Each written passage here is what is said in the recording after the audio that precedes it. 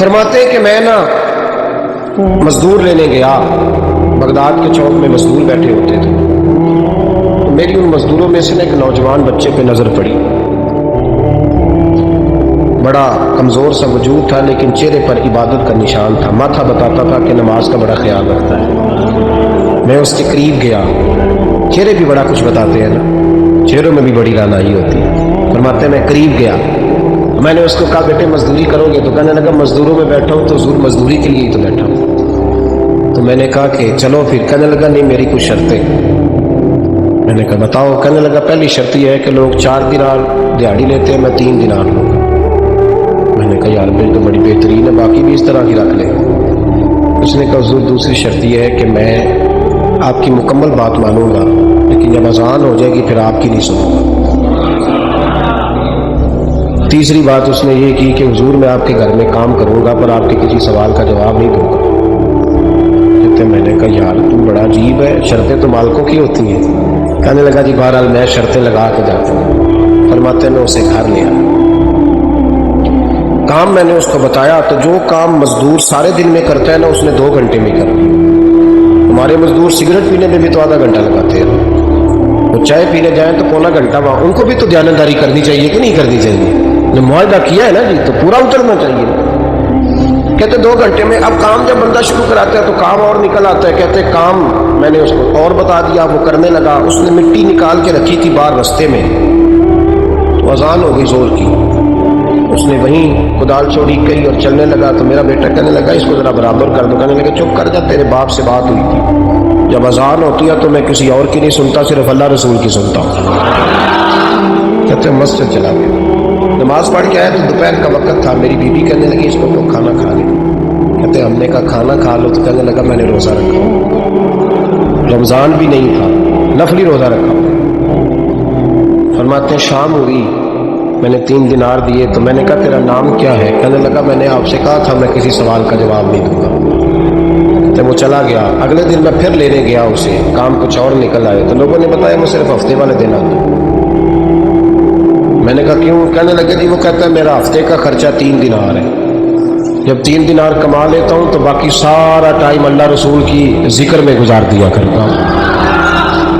فرماتے ہیں عجیب۔ اگلے ہفتے میں پھر لینے گیا، میں نے پورا ہفتہ انتظار کیا کہ کام اسی سے کرانا ہے۔ میں جب گیا تو میں نے کہا چلو، کہنے لگا میری شرطیں یاد ہیں نا؟ اور میں نے کہا یاد ہے بھائی، ساتھ سے آیا۔ فرماتے ہیں کام کرایا، 2-3 ہفتے وہ آتا رہا۔ ایک ہفتے میں گیا تو لوگوں نے کہا حضور آج نہیں آیا۔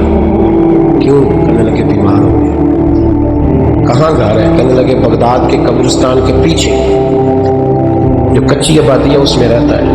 فرماتے میں گیا، دروازے پہ دستک دی تو کہنے لگا حضور آپ ہیں؟ دروازہ کھلا ہے، آ جائیے۔ فرماتے میں اندر گیا تو میں نے کہا تمہیں کیسے پتا چلا میں آیا ہوں؟ کہنے لگا حضور اللہ والے ہو، آپ نہیں آنا تھا، ورنہ امیر تو غریبوں کا پتہ لینے کوئی نہیں آتے۔ کہتے میں قریب گیا تو کہنے لگا میں آپ کا انتظار کر رہا تھا، تیز بخار ہے، تپ رہا۔ جیب سے کچھ پیسے نکالے، کہنے لگا یہ پیسے رکھ لیں۔ ایک انگوٹھی نکالی، کہنے لگا حضور آج رات کو میرا انتقال ہو جائے، ان پیسوں کا کفن خرید کے صبح جنازہ پڑھ کے مجھے دفن کر دینا، اور جب دفن کرو تو یہ انگوٹھی لے کے عصر کے بعد ہارون رشید کے پاس جانا، آپ اسے کہنا میں نے ملنا ہے پر وہ آپ کو ٹائم نہیں دے گا، آپ اس کو آواز دیجیے گا کہ تیری ایک امانت ہے میرے پاس، پھر وہ آپ سے ملے گا تو انگوٹھی دے دیں، پھر آپ میری طرف سے فارغ ہیں۔ حضرت فرمانے لگے تیرا نام؟ اور کہنے لگا حضور وقت تھوڑا ہے، آج رات میں نے جانا ہے، بڑی لمبی معافی مانگنی ہے رب کریم سے، اگر مناسب سمجھے تو مجھے اپنے رب سے تنہائی کر دیں۔ فرماتے ہیں میں آ گیا اور اس کی باتوں نے مجھے ساری رات سونے نہیں دیا۔ فرماتے صبح بڑی مشکل سے سورج نکلا، میں گیا دروازے پہ ہاتھ رکھا تو دروازہ کھلا ہوا، اندر داخل ہوا تو خوشبوئیں میرا استقبال کر رہی تھی۔ جب چہرے سے کپڑا ہٹایا تو اس کا تو انتقال ہو چکا، انتقال ہو چکا، ایسے جیسے کسی کا دیدار کر کے سویا۔ کہتے میں تو 2 آدمی لے گیا تھا جنازے پہ، پر پتہ نہیں دنیا کدھر کدھر سے آئی، کہاں کہاں سے، اکھاں جدوں میٹیاں زمانہ مینوں روے گا، اپنا تے اپنا بیگانہ مینوں روے گا۔ فرماتے ہیں میں تو 2 بندے لے گیا تھا، پر پتہ نہیں مخلوق کہاں سے آئی۔ جنازہ پڑا، دفن کیا۔ ہارون رشید کے پاس میں عصر کے بعد گیا، میں نے بلانا چاہا پر بادشاہ تھا، میری طرف دیکھا ہی نہیں۔ میں نے اس کو کہا تیری ایک امانت میرے پاس ہے۔ فرماتے ہیں مجھے کونے پہ لے گیا، کیا بات ہے، کمرے میں بلایا، میں نے انگوٹھی دی۔ ہارون رشید تو چیخے مارنے لگا، کہنے لگا انگوٹھی والا کہاں ہے؟ میں نے کہا وہ تو انتقال کر گئی۔ کہنے لگا مجھے قبر پہ لے جا۔ کہتے میں قبر پہ لایا تو وہ لیٹ گیا، تڑپ کے رونے لگا۔ میں نے کہا میرا کلیجہ پھٹ جائے گا، نہ اس نے کچھ بتایا نہ تو نے بتایا، یہ کون تھا؟ تو ہارون رشید کہنے لگا یہ میرا بیٹا تھا۔ میں نے کہا تیرا بیٹا اور مزدور؟ کہنے لگا حضور یہ حضرت داؤد تائی کے پاس بیٹھا کرتا تھا، ان کا مرید تھا، مجھے روز کہتا تھا ابا تو نے بڑی دنیا اکٹھی کر لی ہے، مرتے وقت تجھ سے ٹانگیں سمیٹی نہیں جائیں گی، اتنا حساب نہیں تو دے سکے گا۔ میں اس کو سمجھا دیتا، اس کی اماں سمجھا دیتی، یہ روز ہمیں کہتا چھوڑ دو آ جاؤ اللہ رسول کی بارگاہ میں جھک جائیں، ہم سمجھ۔ ایک دن یہ چلا گیا، کہنے لگا پھر تمہارا رستہ اور ہے اور میرا رستہ اور ہے۔ یہ سونے کی انگوٹھی غلطی سے اس کے پاس رہ گئی، غلطی سے ہیرے کی انگوٹھی چلی گئی۔ کہنے لگا دیکھو میرے بیٹے نے آج وہ بھی واپس کر دی ہے۔ پھر تڑپ کے کہنے لگا ہارون رشید تھا تو یہ میرا بیٹا، پر میرا مرشد نکلا، میرا پیر نکلا۔ بھائی زندگی تو بڑی تھوڑی ہے نا۔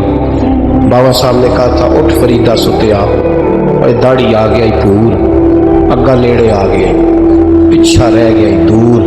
اٹھ فریدہ ستیا خلقت ویکھن جا، متے کوئی مل جائی بخشیا تے تو ہی بخشیا جا۔